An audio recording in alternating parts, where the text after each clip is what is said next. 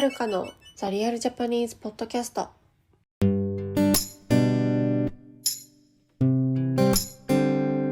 い、皆さんこんにちは。お元気でしょうか？はーい、今日はですね、リクエストに答えていきたいと思います。はい、今日のリクエストは結構難しいです。はい、ペイトリオンメンバーからいただきました。安倍元首相の事件についてお話ししてください。ということです。はい。こちらリクエストありがとうございます。こちらね、私、お話ししようかめちゃくちゃ悩んだんですけど、今回、9月27日に安倍元首相の国葬が行われるということで、この国葬に焦点を当ててお話ししていきたいと思います。はい。皆さんこの事件知ってると思います。事の経緯を簡単に説明しますと、安倍元首相が7月8日に、演説中に銃で襲撃されまして、亡くなったというニュースですね。はい。世界的にもね、かなりビッグニュースになって、かなり残念なことではあるということです。はい。安倍元首相はね、かなり、活躍した政治家だったので、はい。すごく残念ですね。今回でもその国葬っていうのが行われるわけなんですけれども、なんとこの国葬に関して、世論調査をしたところ、なんと 66% の人が反対、賛成はたったの 21% という結果が出たらしいです。なんてこったということですよね。なんでこのような状況になってしまっているのかというと、いろいろ理由があるんですよ。はい。今回はこちらについて説明していきたいと思います。はい。なんで今回国葬を、反対している人がいるかというと、主に3つの理由があるんですよね。はい。ちなみに国葬っていうのは、国でやるお葬式になります。はい。で、費用はだいたい16億円以上かかるようですね。ちょっとよくわかんない、16億円って。はい。で、これは日本の国民の、税金から支払われるということなので、16億円高えだろうとか、国葬やる意味あるのかっていうね、抗議が今殺到しているという状況です。はい。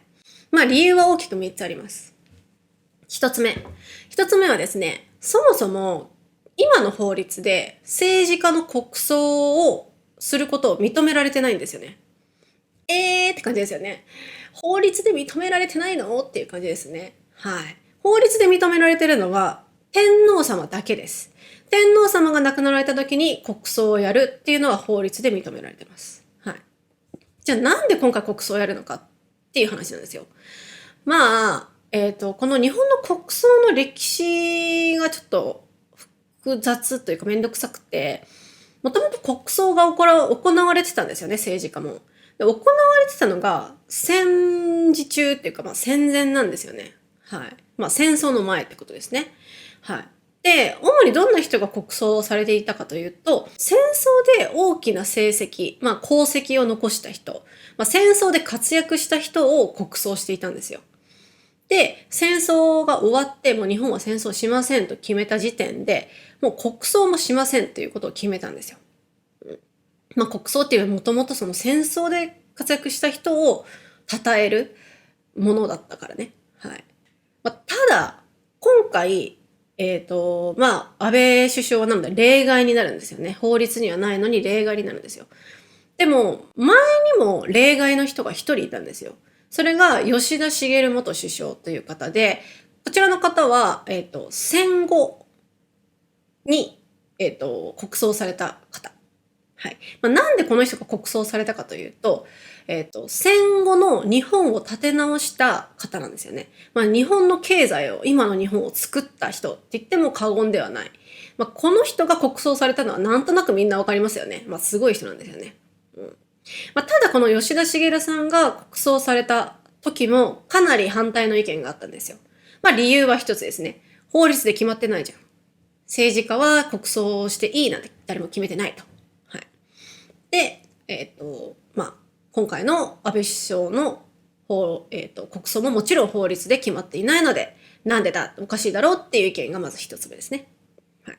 で、二つ目ですね。二つ目っていうのが、今回国葬を決めたのがめちゃくちゃ早かった。はい。岸田さん、岸田首相が、主に決めてるんですけど、今回の国葬を、決めたのが、安倍さんが亡くなった6日後なんですよね。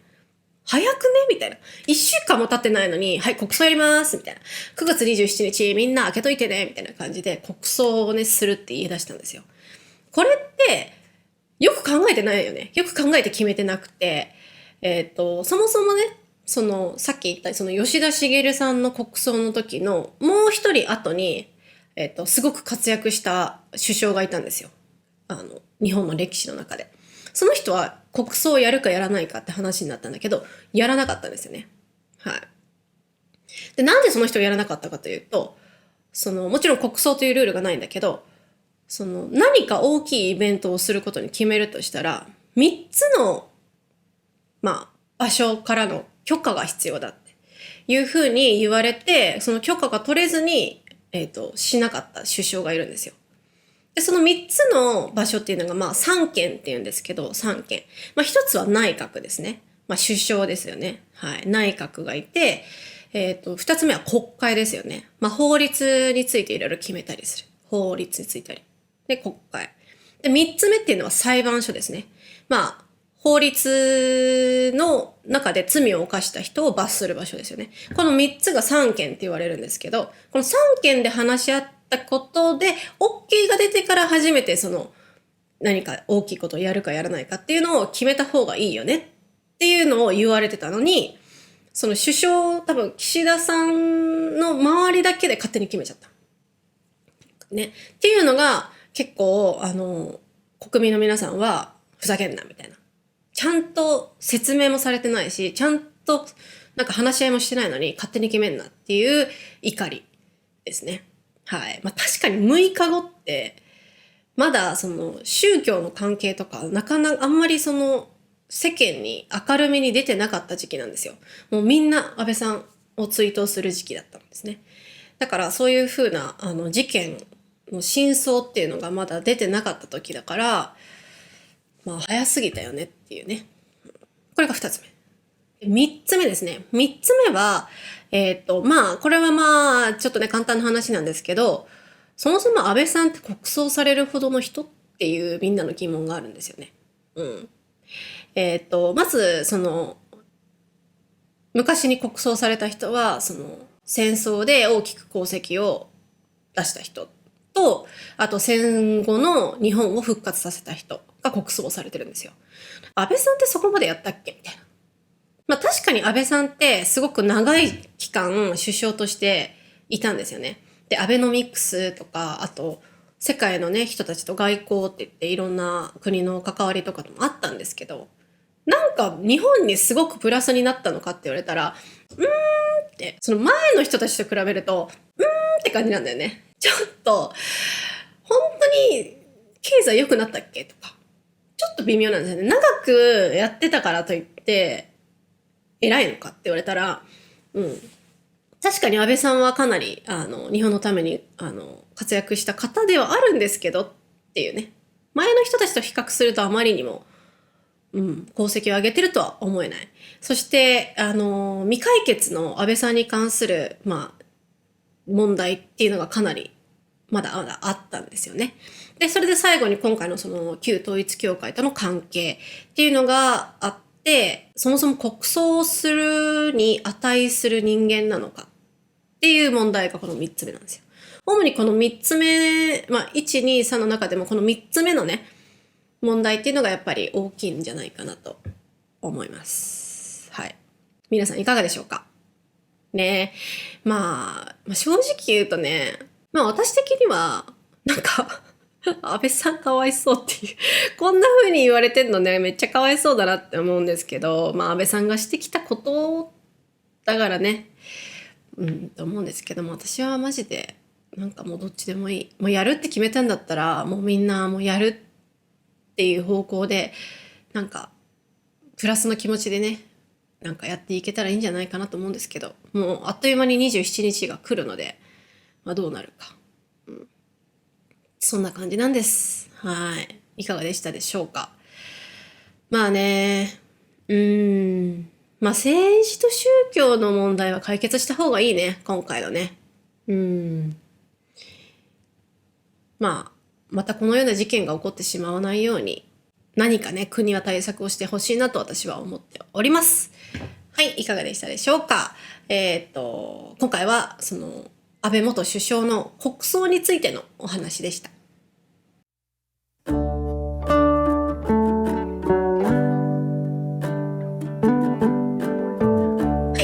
今日話した話、また、トランスクリプト作りますので、私のウェブサイトチェックしてみてください。今回かなり難しくて早かったので、ぜひ、スクリプトを見たり、サブタイトル、YouTube 見てる人はサブタイトルを見たりしてください。